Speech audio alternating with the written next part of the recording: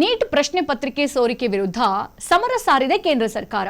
ಸಂಸತ್ನಲ್ಲಿ ತಿದ್ದುಪಡಿ ಮಸೂದೆಯನ್ನ ಮಂಡಿಸಲಿದೆ ಕೇಂದ್ರ ಸರ್ಕಾರ. ಇವತ್ತು ಬಿಲ್ ಮಂಡನೆಯನ್ನ ಕೇಂದ್ರ ಸಚಿವ ಜಿತೇಂದ್ರ ಸಿಂಗ್ ಮಾಡಲಿದ್ದಾರಂತೆ. ಈ ಕುರಿತಂತೆ ಅಪ್ಡೇಟ್ ಸಿಗ್ತಾ ಇದೆ. ಮಸೂದೆಯಲ್ಲಿ ಹಲವು ಮಹತ್ವದ ಅಂಶಗಳನ್ನ ಸೇರ್ಪಡೆ ಮಾಡಲಾಗುತ್ತೆ ಇವತ್ತು.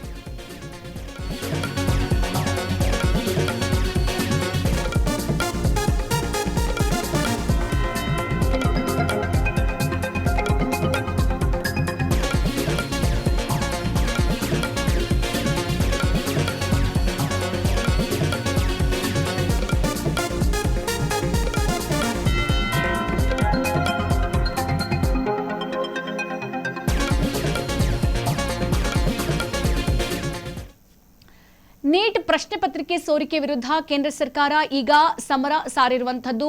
ಸಂಸತ್ನಲ್ಲಿ ಕೇಂದ್ರ ಸರ್ಕಾರ ತಿದ್ದುಪಡಿ ಮಸೂದೆಯನ್ನ ಮಂಡಿಸಲಿದೆ. ಇವತ್ತು ಬಿಲ್ ಮಂಡನೆಯನ್ನ ಕೇಂದ್ರ ಸಚಿವ ಜಿತೇಂದ್ರ ಸಿಂಗ್ ಮಾಡಲಿದ್ದಾರೆ ಎಂಬ ಮಾಹಿತಿ ಸಿಕ್ಕಿದೆ. ಹಾಗಾಗಿ ಮಸೂದೆಯಲ್ಲಿ ಇವತ್ತು ಹಲವು ಮಹತ್ವದ ಅಂಶಗಳನ್ನು ಕೂಡ ಈ ಬಿಲ್ನಲ್ಲಿ ಸೇರ್ಪಡೆ ಮಾಡಲಾಗಿದೆ. ಪತ್ರಿಕೆ ಸೋರಿಕೆ ಮಾಡಿದ್ರೆ 10 ಕೋಟಿ ದಂಡ, 10 ವರ್ಷ ಜೈಲು ಶಿಕ್ಷೆ ಫಿಕ್ಸ್ ಅಂತ ಹೇಳಲಾಗ್ತಾ ಇದೆ. ಇದನ್ನು ನಂದನ್ ನೀಲೇಕಣಿ ನೇತೃತ್ವದಲ್ಲಿ ಟಾಸ್ಕ್ ಫೋರ್ಸ್ ಮಾಡ್ತಾ ಇರುವಂತದ್ದು. ಸೊ ಈಗ ಬಹಳ ಮಹತ್ವ ಪಡೆದುಕೊಂಡಿರುವಂಥದ್ದು ಈ ಒಂದು ನೀಟ್ ಪ್ರಶ್ನೆ ಪತ್ರಿಕೆ ಸೋರಿಕೆ ಸಂಬಂಧ ಯಾವ ಥರದ ಒಂದು ವಿಚಾರಧಾರೆಗಳನ್ನ ತೆಗೆದುಕೊಳ್ಳುತ್ತೆ ಅಂತ ನಾವು ನೋಡಬೇಕು. ಈ ಒಂದು ಟಾಸ್ಕ್ ಫೋರ್ಸ್ ಅನ್ನ ನಂದನ್ ನೀಲೇಕಣಿ ಇವರು ನೆರವೇರಿಸಲಿದ್ದಾರೆ. ಸೊ ಪರೀಕ್ಷಾ ಅಕ್ರಮ ತಡೆಗೆ ಸರ್ಕಾರ ಈಗ ಮಹತ್ವದ ನಿರ್ಧಾರ ತೆಗೆದುಕೊಂಡಿರೋದು ಈ ವ್ಯವಸ್ಥೆಯನ್ನ ಸುಧಾರಣೆಗೆ ಕಾರ್ಯಪಡೆಗೆ ತರೋದಕ್ಕೆ. ಪ್ರಹ್ಲಾದ್ ಜೋಶಿ ಬಳಿಕ ಮತ್ತೊಬ್ಬ ಕನ್ನಡಿಗನಿಗೆ ಪ್ರಧಾನಿ ನರೇಂದ್ರ ಮೋದಿ ಮನ್ನಣೆಯನ್ನ ಹಾಕಿರುವಂತದ್ದು ಅದೇ ನಂದನ್ ನೀಲೇಕಣಿ. ನಂದನ್ ನೀಲೇಕಣಿ ಮತ್ಯಾರು ಅಲ್ಲ, ಇವರು ಆಧಾರ್ ಕಾರ್ಡ್ನ ಶಿಲ್ಪಿ ಕನ್ನಡಿಗ, ಜೊತೆಗೆ ಇನ್ಫೋಸಿಸ್ನ ಸಹ ಸಂಸ್ಥಾಪಕ ನಂದನ್ ನೀಲೇಕಣಿಯವರು. ಇವರ ನೇತೃತ್ವದಲ್ಲಿ ಇವತ್ತು ಟಾಸ್ಕ್ ಫೋರ್ಸ್ ಅನ್ನ ರಚನೆ ಮಾಡಲಾಗುತ್ತೆ. ಈ ಒಂದು ನೀಟ್ ಪ್ರಶ್ನೆ ಪತ್ರಿಕೆ ಅಕ್ರಮ ಈ ಒಂದು ಕಠಿಣ ತಡೆಗೆ ಕಾನೂನು ವಿಧಿಸಿರುವಂತದ್ದು ವಿದ್ಯಾರ್ಥಿಗಳ ಭವಿಷ್ಯಕ್ಕೆ ಭದ್ರತೆಯನ್ನ ಹಾಕಲಾಗಿದೆ.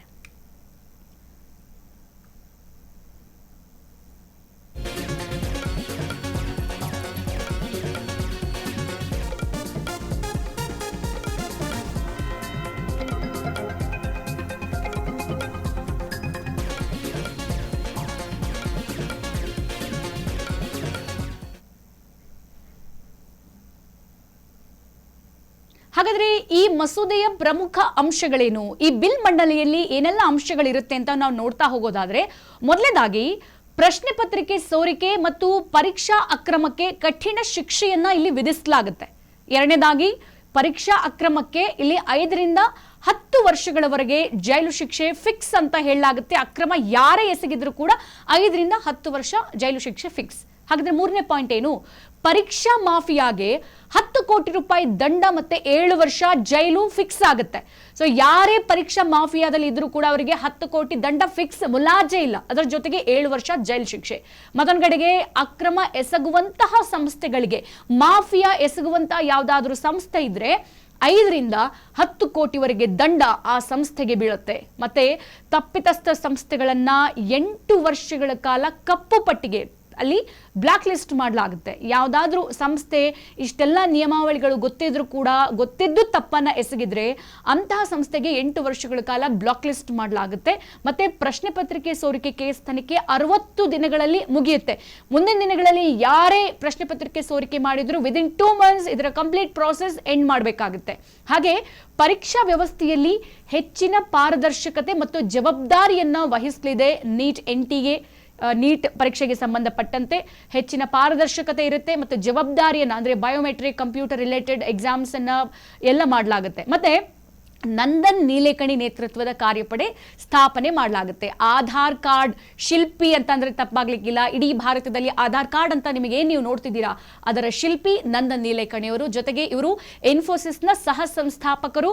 ಮತ್ತೊಂದು ಕನ್ನಡಿಗರಿಗೆ ಹೆಮ್ಮೆ ವಿಚಾರ ಏನ್ ಗೊತ್ತಾ, ಈಗ ಕೇಂದ್ರ ಶಿಕ್ಷಣ ಸಚಿವ ಈ ಒಂದು ಹೊಣೆಯನ್ನ ನಮ್ಮ ಕನ್ನಡಿಗರು ಪ್ರಹ್ಲಾದ್ ಜೋಶಿ ಅವರಿಗೆ ವಹಿಸಿದ್ರು. ಇವರು ಮೊದಲನೇ ಕನ್ನಡಿಗ. ಆದ್ರೆ ಮತ್ತೊಬ್ಬ ಕನ್ನಡಿಗನಿಗೆ ಪ್ರಧಾನಿ ಮೋದಿ ನೇತೃತ್ವದ ಸರ್ಕಾರ ಮತ್ತೊಂದು ಜವಾಬ್ದಾರಿ ವಹಿಸಿದೆ ಅಂತ ಅಂದ್ರೆ ಅದು ನಂದನ್ ನೀಲೇಕಣಿ. ಮತ್ತೊಬ್ಬ ನಮ್ಮ ಹೆಮ್ಮೆಯ ಕನ್ನಡಿಗ ನಂದನ್ ನೀಲೇಕಣಿ ಅವರಿಗೆ ಈ ಒಂದು ಜವಾಬ್ದಾರಿ ಕೊಟ್ಟಿರುವಂತದ್ದು. ವಿದ್ಯಾರ್ಥಿಗಳ ಭವಿಷ್ಯ ರಕ್ಷಿಸೋಕೆ ಕೇಂದ್ರದಿಂದ ಈಗ ಕಠಿಣ ಕಾನೂನು ಈ ಮುಖಾಂತರ ತೆಗೆದುಕೊಳ್ಳಲಾಗ್ತಾ ಇದೆ. ಗಮನಿಸಿದ್ರಿ, ಇಷ್ಟೆಲ್ಲ ಪಾಯಿಂಟ್ಸ್ ಅನ್ನ ಇವತ್ತು ಬಿಲ್ ಮಂಡನೆಯಲ್ಲಿ ಹೇಳಲಾಗುತ್ತೆ. ನಂದನ್ ನೀಲೇಕಣಿ ಅವರ ನೇತೃತ್ವದ ಕಾರ್ಯಪಡೆ ಇಷ್ಟೂ ಅಂಶಗಳನ್ನ ಇವತ್ತು ಎತ್ಕೊಂಡು ಈ ಒಂದು ಹೊಸ ಬಿಲ್ ಮಂಡನೆಯನ್ನ ಇವತ್ತು ಕಲಾಪದಲ್ಲಿ ಅನುಮೋದನೆ ಮಾಡಲಾಗುತ್ತೆ ಅಂತ ಹೇಳಲಾಗ್ತಾ ಇದೆ. ಸೊ ಯಾರಾದ್ರೂ ಮುಂದಿನ ದಿನಗಳಲ್ಲಿ ಮತ್ತೆ ಈ ನೀಟ್ ಪ್ರಶ್ನೆ ಪತ್ರಿಕೆ ಸೋರಿಕೆ ಮಾಡಬೇಕು ಅಂದ್ರೆ 10 ಅಲ್ಲ 100 ಸಲ ಯೋಚನೆ ಮಾಡಬೇಕು. ಅಂತಹ ಕಠಿಣ ಶಿಕ್ಷೆಗೆ ಸದ್ಯ ಈಗ ಕೇಂದ್ರ ಸರ್ಕಾರ ಮುಂದಾಗಿರುವಂತದ್ದು. ಮಸೂದೆಯ ಪ್ರಮುಖ ಅಂಶಗಳು ಈ ರೀತಿ ಇದ್ವು. ಸೊ ಹೀಗಾಗಿ ನೀಟ್ ಪ್ರಶ್ನೆ ಪತ್ರಿಕೆಯನ್ನ ಬಹಳಷ್ಟು ಟೈಟ್ ಮಾಡೋದಕ್ಕೆ ಕೇಂದ್ರ ಸರ್ಕಾರ ಮುಂದಾಗಿರುವಂತದ್ದು. ಇಷ್ಟು ಬಿಲ್ ಅನ್ನ ಇವತ್ತು ಕೇಂದ್ರ ಸಚಿವ ಜಿತೇಂದ್ರ ಸಿಂಗ್ ಮಂಡನೆ ಮಾಡ್ತಾರೆ ಅಂತ ಹೇಳಲಾಗಿದೆ.